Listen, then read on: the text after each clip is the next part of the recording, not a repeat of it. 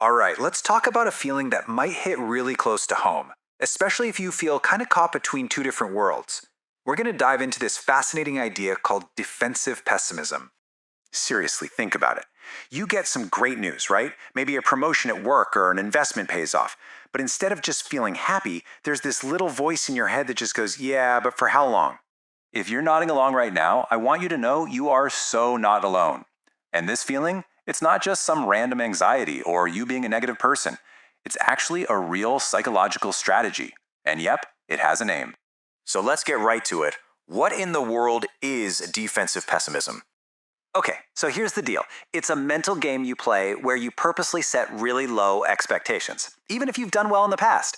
But the goal isn't to make yourself miserable. No, it's all about using that anxiety to get ready for anything and everything that could go wrong. It's like a shield.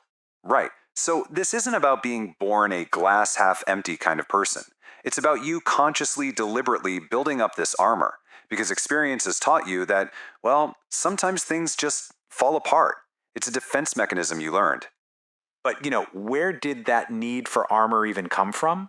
Well, for that micro generation we call exennials, folks born between the late 70s and early 80s, it was basically forged in the fire during their most important, formative adult years.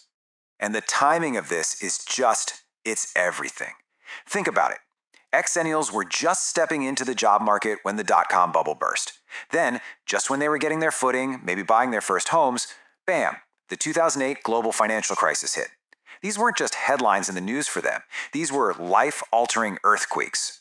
You see, this generation was raised on the same promise their baby boomer parents had. You work hard, you go to college, you get a good, steady job, and you're set for life. But the reality they walked into, it was a completely different world. Twice, in less than a single decade, they watched that economic rug get pulled right out from under them.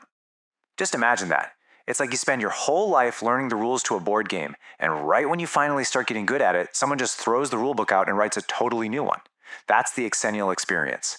That classic, predictable path to a stable life, it just kind of vanished, and what was left was, well, chaos and uncertainty. And this is where it gets really interesting. This whole mindset didn't just become some negative thing they were stuck with. No, they adapted. It became a powerful and honestly a pretty logical tool for dealing with a world that felt completely unstable. Now, it's super important to make a distinction here. This is not the same as cynicism. Cynicism is that general belief that everything's broken and people are just out for themselves. Defensive pessimism is way more specific. It's a targeted strategy. It's not about distrusting everything. It's about preparing for instability in the very systems that have proven time and time again to be unstable. So, how does this actually work as a strategy? Well, for starters, when you imagine the worst possible outcome, you kind of take the sting out of it if it actually happens. It helps manage that anxiety. And second, it actually turns all that nervous energy into action. You don't just sit there and worry, you start problem solving. You build a side hustle, you make backup plans, you save money like your life depends on it. And finally, it cushions the blow. It protects you from that emotional freefall when things go sideways without warning. It's a totally rational way to adapt when the world keeps showing you how unpredictable it can be. So here's the big takeaway. If this sounds like you, it's not because there's something wrong with you or you're just a negative person. It is a realistic, learned response to the world you had to navigate. It's a suit of armor you built because, well, you had to. And that kind of leaves us with a pretty heavy thought, doesn't it? This whole strategy, this armor, it was forged in crises from the past, but people are still wearing it today. It really makes you wonder, with all the uncertainty in the world right now, what is this emotional armor getting us ready for next? What's the next shoe we're all waiting to hear drop?